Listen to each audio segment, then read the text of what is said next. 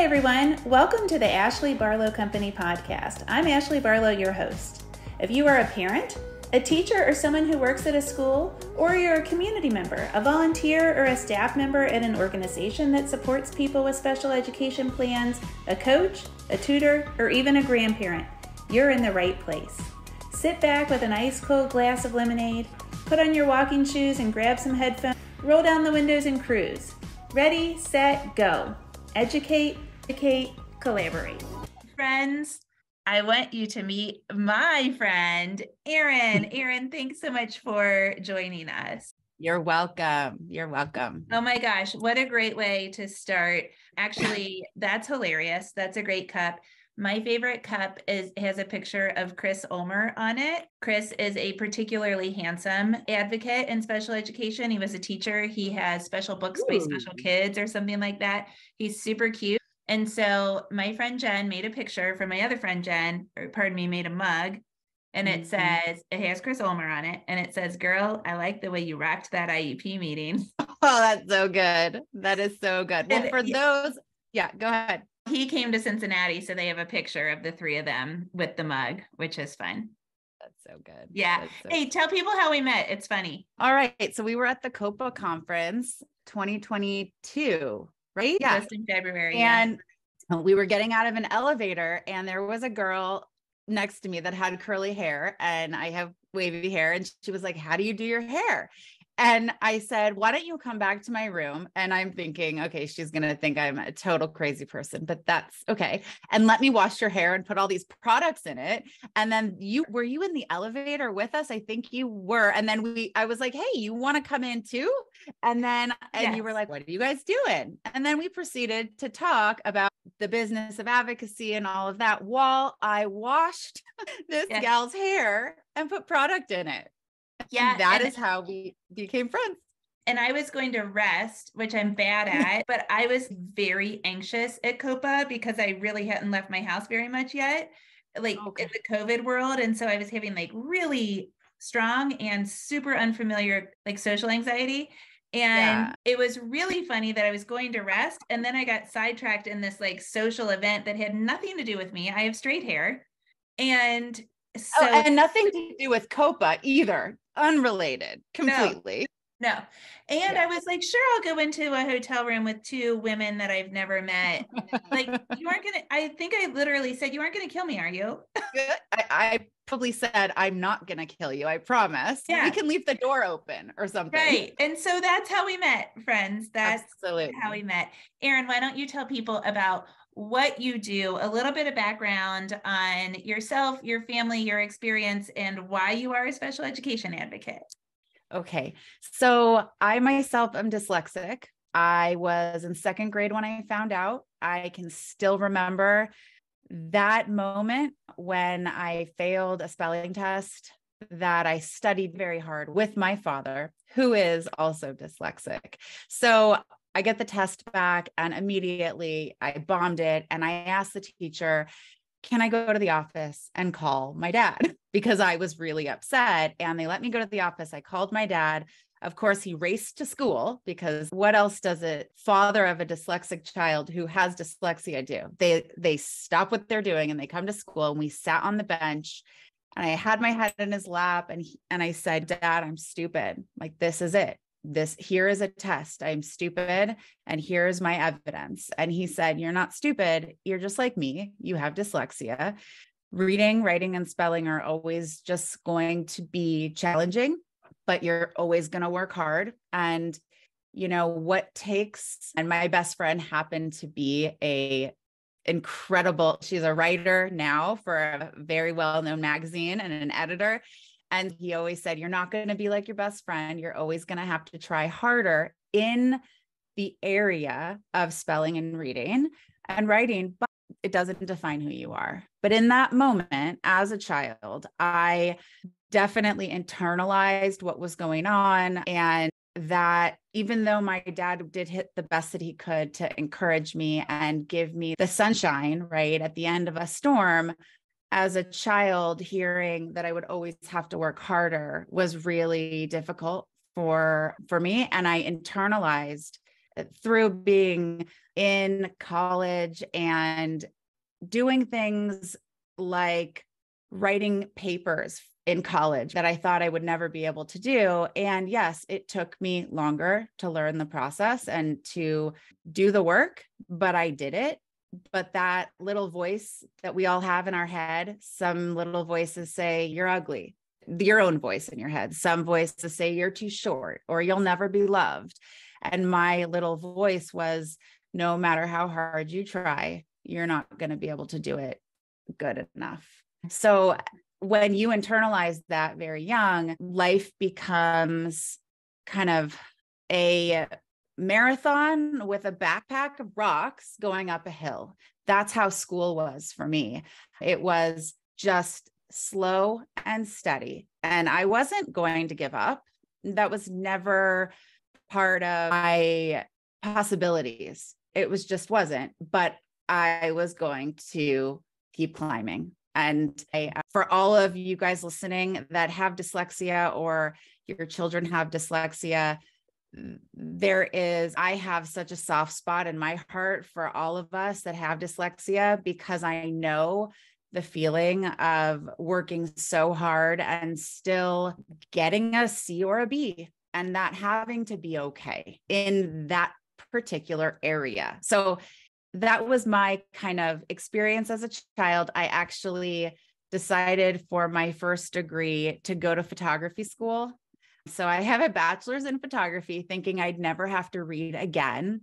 Again, for those of you listening, that is not photography school. You do have to read, unfortunately, but I thought I was going to be able to get by that way and do something creative. And it turns out after I did that for a while, I decided to go back to school to be a special ed teacher.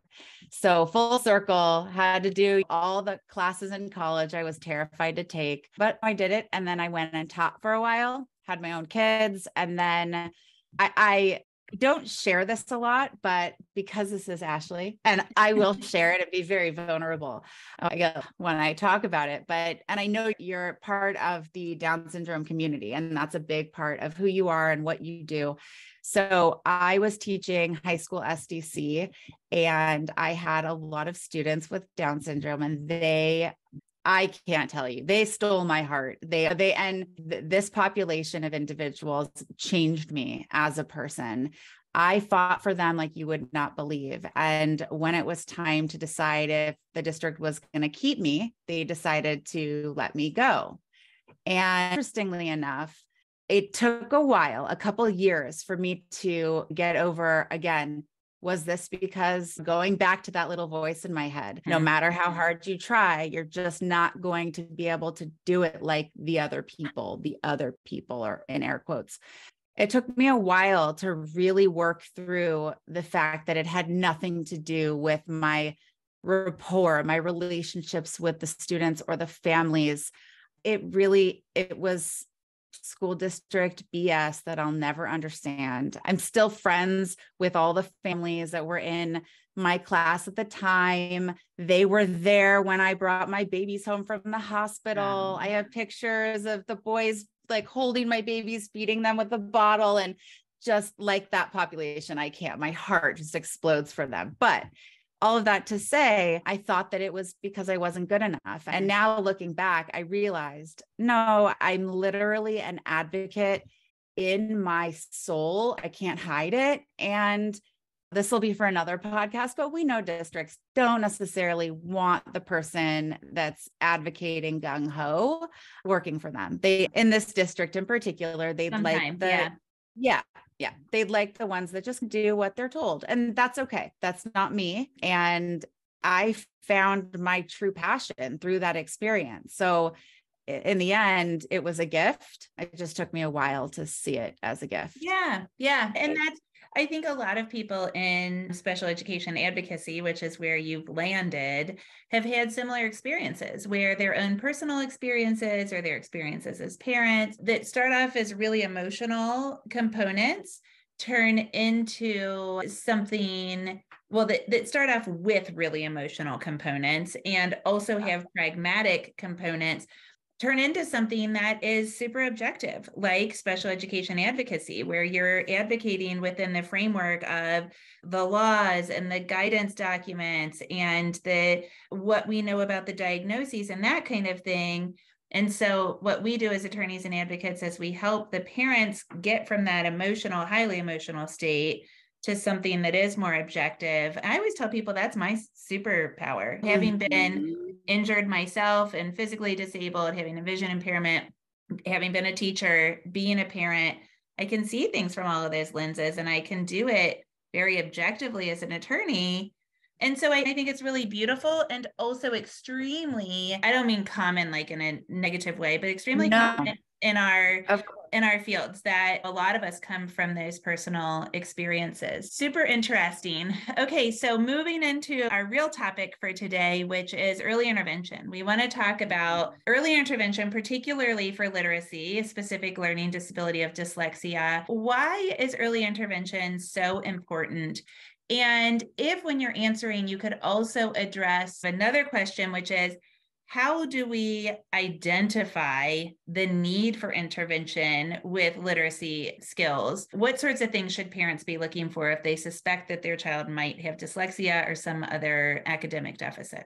So I would say the first thing that most people don't say when they're giving advice is to hop on Google.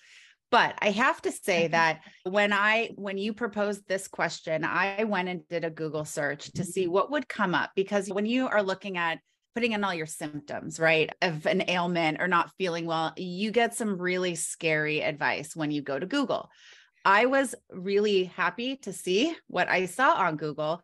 And so I would say let's say you're looking at a 3-year-old and there is this whole world of autism and early intervention, you hear those words together. You hear autism, you hear early intervention. And even if you don't have a child with autism, you're not surprised to hear the words together. But when you hear dyslexia or a reading, we know it's a language-based disability. So most parents aren't saying language-based disabilities, but let's say in preschool, they're not picking up on the names of letters, for instance, or you're reading rhyming books and either they just really don't want anything to do with it, or they're not able to repeat back the rhymes to you, or they try to make a rhyme and it's not really a rhyme.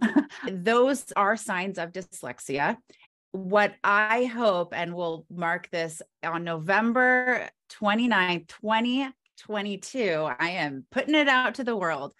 I really want to get the awareness out and do something big with the words dyslexia and early intervention. Most people don't even connect the two. And the reality is, look at family history. Is there somebody that they don't need to be diagnosed? Is there a family member that does not enjoy reading, that had issues with reading, maybe not even reading, sometimes it's just spelling?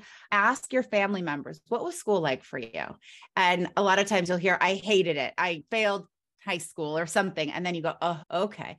So you want to collect data about your family history. You want to do a basic Google search. I will tell you some things: difficulty remembering numbers, letters, sequencing. My son is 5 years old now, and when he was younger, his intelligibility was really poor. And you could tell by looking at him, he had so much to say and he couldn't get it out in an order that made any sense to anybody. As he got older and his language became more intelligible, he would say things like, Mommy, you'd beg me, pick me up late.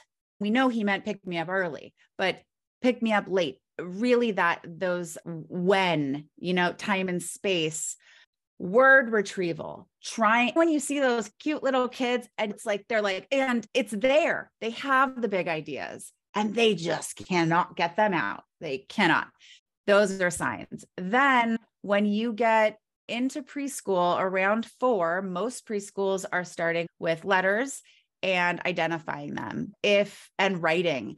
And if you see resistance at a very young age, again, those are signs. It doesn't mean that they have dyslexia, but I would encourage you to go to a speech and language pathologist who is well-versed in dyslexia. Not all speech and language pathologists, although they should be trained, not all of them specialize in that area. So I have had the blessing of having some speech and language pathologists in my life that do specialize in it. And just the conversations with them have been eye-opening.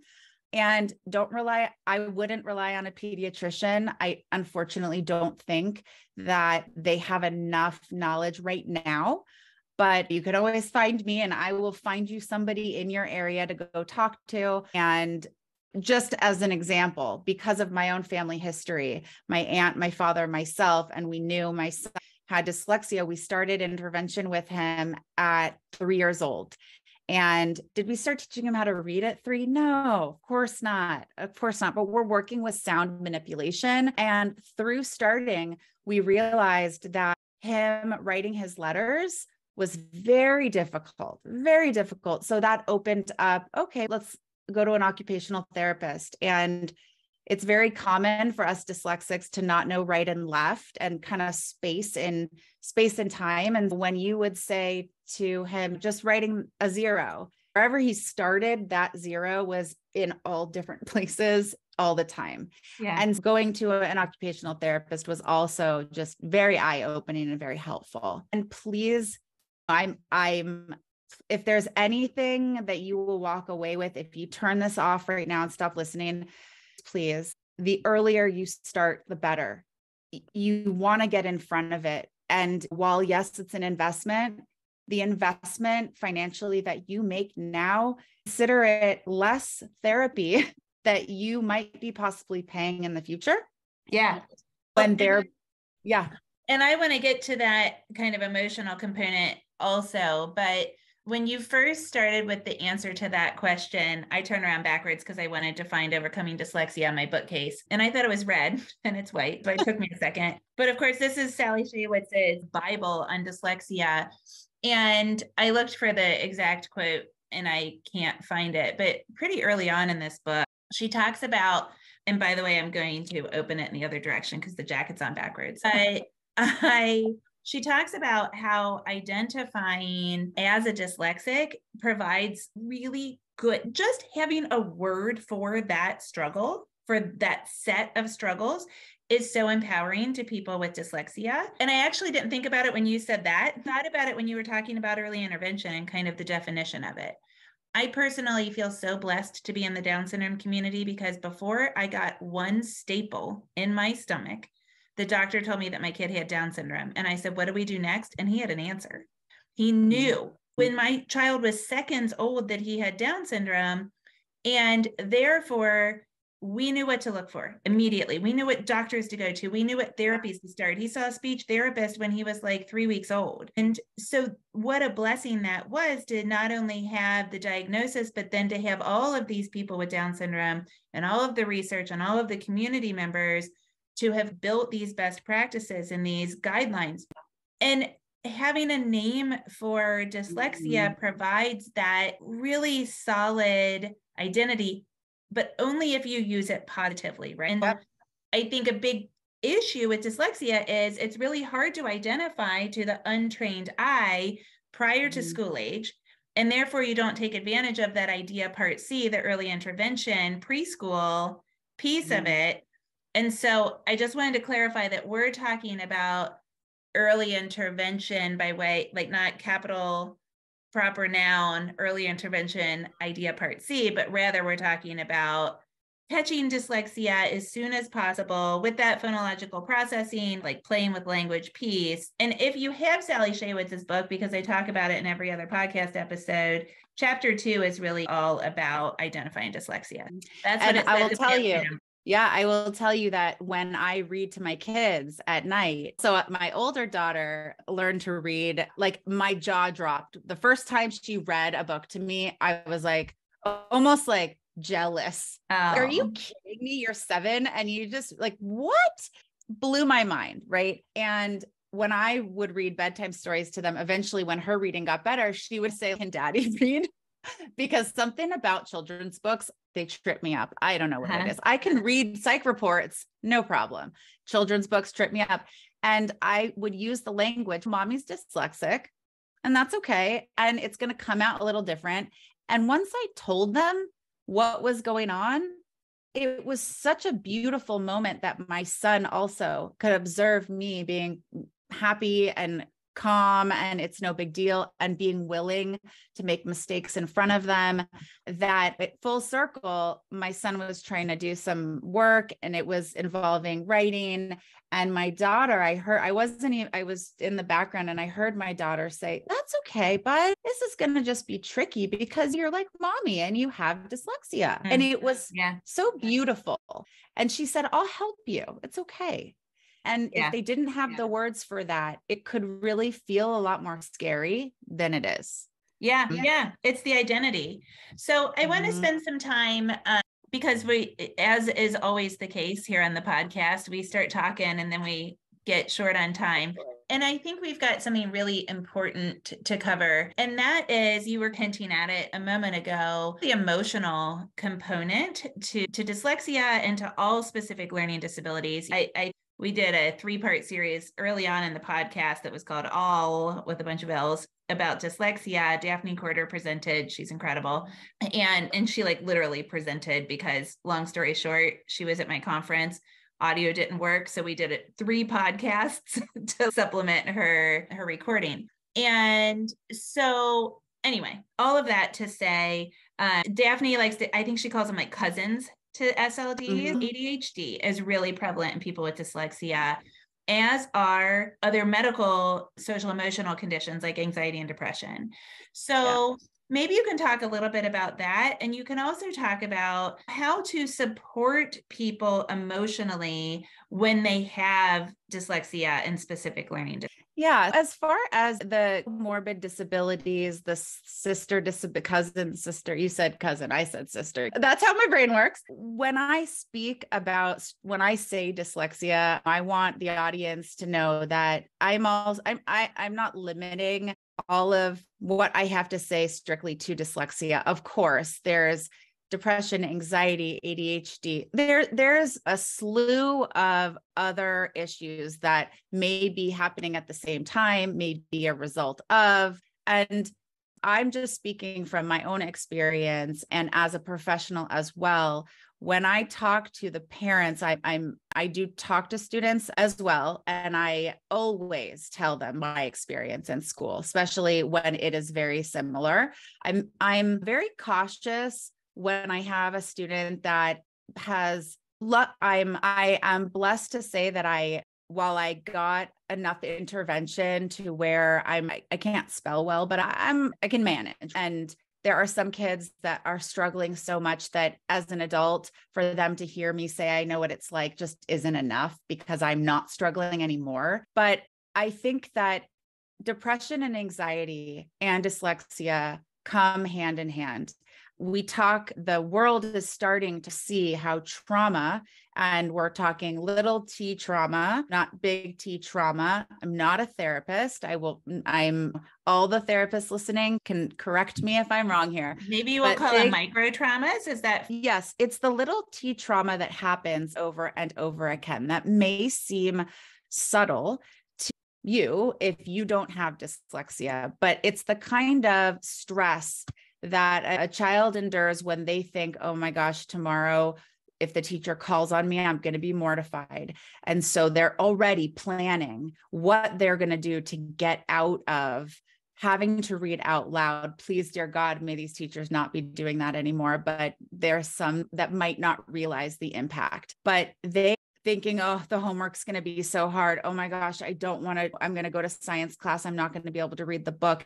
It's the little emotional traumas, but it's the frequency that these children have to endure over and over, sometimes multiple times a day. That type of trauma is detrimental. That is going to lead to depression. That's going to lead to anxiety.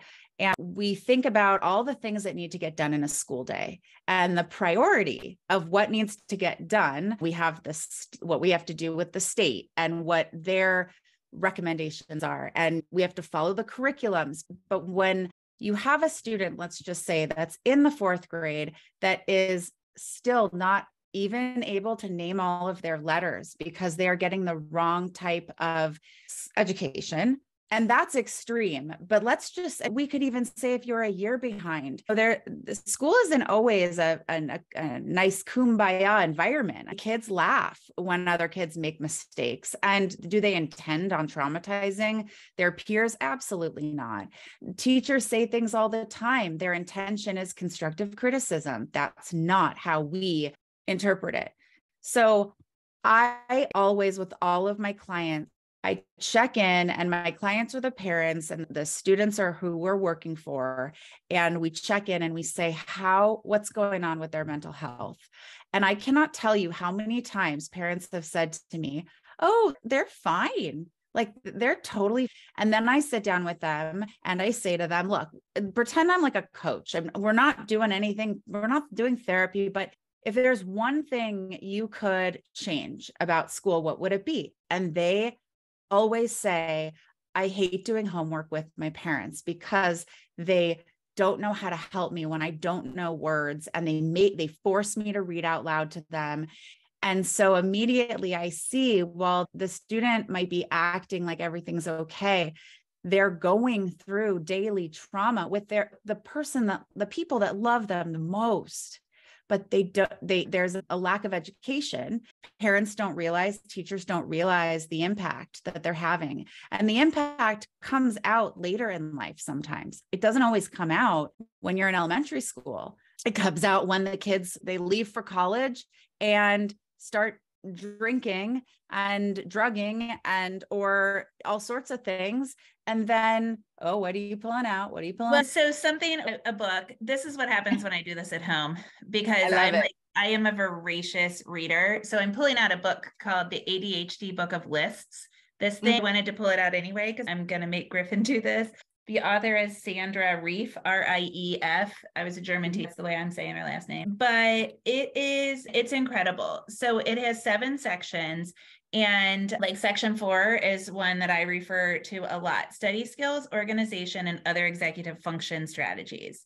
So then 4.1 is working memory weaknesses and supports. So it like walks you through, that's on page 230. I'm just going to, for the sake of example, I'm just going to go through that. And since I'm talking, I'm here to interview you, but this is an incredible resource. So as you were talking, I just made a list of goals that you could do, like topics for goals, right? So we've got a student with dyslexia, but we also have these sister or cousin conditions that are comorbidities of anxiety, ADHD, and whatever else, like behavioral dysregulation, maybe. Yeah. Of course, we have to address those academic deficits. We have to address phonological processing and decoding and phonemic awareness and reading comprehension. We have to address those. But we also have to address the emotional regulation. So we need goals and specially designed instruction that help us with emotional regulation. We need goals and SDI for self-advocacy, pragmatic language, advocating for yourself. All of the executive functions. I'm going to give you an example of that here in a second from this book. All of the symptoms that are secondary to ADHD specifically that aren't executive functioning things, like impulsivity, which could deal with shift. If a lot of behavioral stuff for kids with ADHD and dyslexia comes because they're like, oh my God, they just handed me that vape pen and I just did it. Like I just impulsively did it. I know better, but I did it. And the reason I interrupted is because nowadays when kids start to self-medicate, that was terrible in the 80s and 90s. But in 2022, even if you take somebody else's prescribed, what you think is somebody else's prescribed Adderall to write a college paper, it could be laced with fentanyl. And I am saying that to my kids all the time. It is a real risk. It is, and that scares the crud out of me as a parent and as an advocate, somebody that loves the children for whom I advocate. But okay, so by way of example of that, in this amazing book of lists, which I don't think somebody recommended, but I think it came up on my Amazon and I was like, that looks like fun. So it talks about, can I add something? Yeah. Can I just add something? There's also, when we're talking about adding goals to IEPs, I just read this IEP a couple of weeks ago that had 5 goals on on mindset and thinking positive, this, that, and the other. And the child is extremely dyslexic, but the person responsible was the teacher. And I thought, that's not okay, because the teacher is not trained. And also, how is the child's mindset supposed to shift when they keep coming in doing the same thing over and over again and being little t traumatized daily? They're just supposed to miraculously pull a smile out of thin air. And that's the frustration, where there needs to be a counselor. And quite honestly, I push more in California, we call it ERICS, but educationally related mental health services. I want them to actually get therapeutic services, not a pat on the back. How you feeling? Great. Okay. Think positive, go back to class. Mm-hmm. And so the attention needs to be, and I love the goals because we got to monitor what's going on. But with that, we need real therapy, because just because the kid's smiling at school and doesn't mean they're okay inside. And also, I'm not saying every child with dyslexia is traumatized. No, and I want to be very clear. That's not everyone, but there is enough in my practice alone that I have seen where the school has completely ignored their mental health, or has just given them like 10 minutes a month check-in with a counselor. It is so inappropriate. Mm-hmm. Also with behavior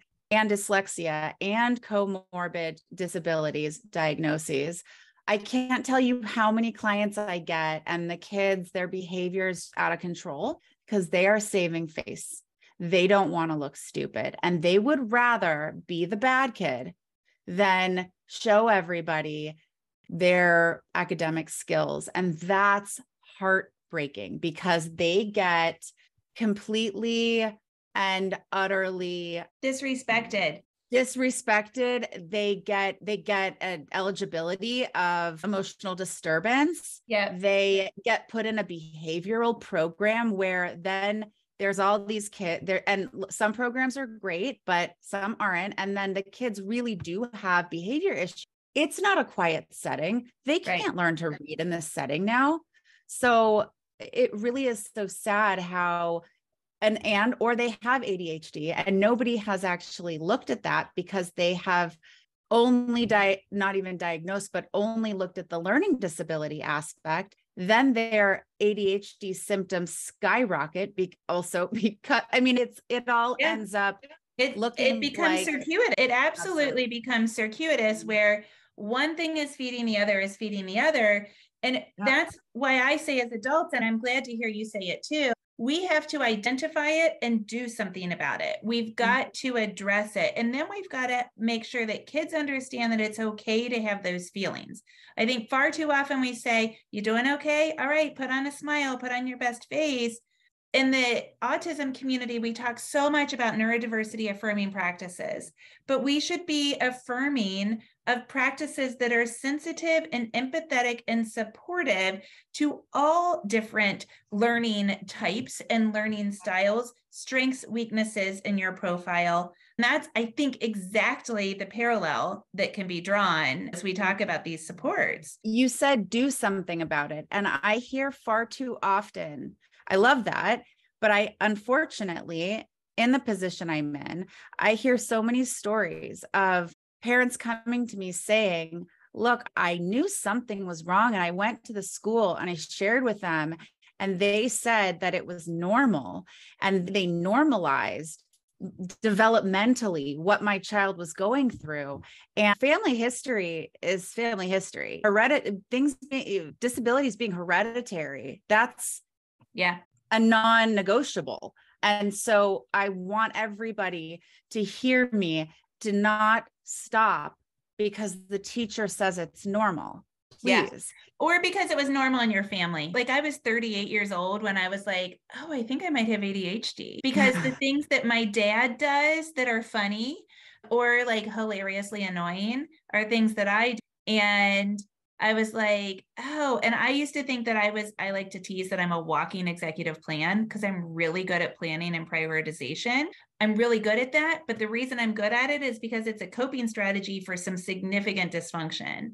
And so I think that we get into these like familial patterns where we think, oh, that's cute or that's annoying, and this is like I used to say it's part of my personality. It is part of my profile, become part of my personality. And I'm like, it's part of my shtick. It's like charming if you smile. But if you actually get into the nitty gritty and you look at ADHD and you look at the secondary symptoms of ADHD, it's, there's actually tools and strategies that can help you. And so that's why I make reference to this book. I won't go into the details because we've spent some important time doing other things, but the ADHD Book of Lists by Sandra Reef has some really good tools and strategies, as well as explanations of a lot of these concepts. I will be buying that. Yeah, I really like it. Erin, yes. You rock. I'm so happy to have had you on the podcast. As is always the case, time flies.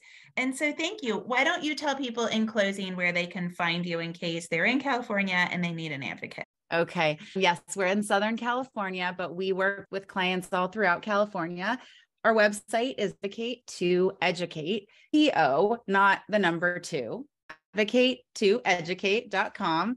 And honestly, we love hearing whether you need some help, you don't need help. If you're somebody like me who I said something and something resonated, reach out. We do a free 20-minute call. Either way, you just make stuff up in the intake thing and just say, hey, I listened to your story and I'd love to chat. I love talking to all individuals that have lived and breathed this experience. And also, if you just need some tips, we're here to help. So anything you need, we're here. Thank you so much for joining us. You're welcome. Bye.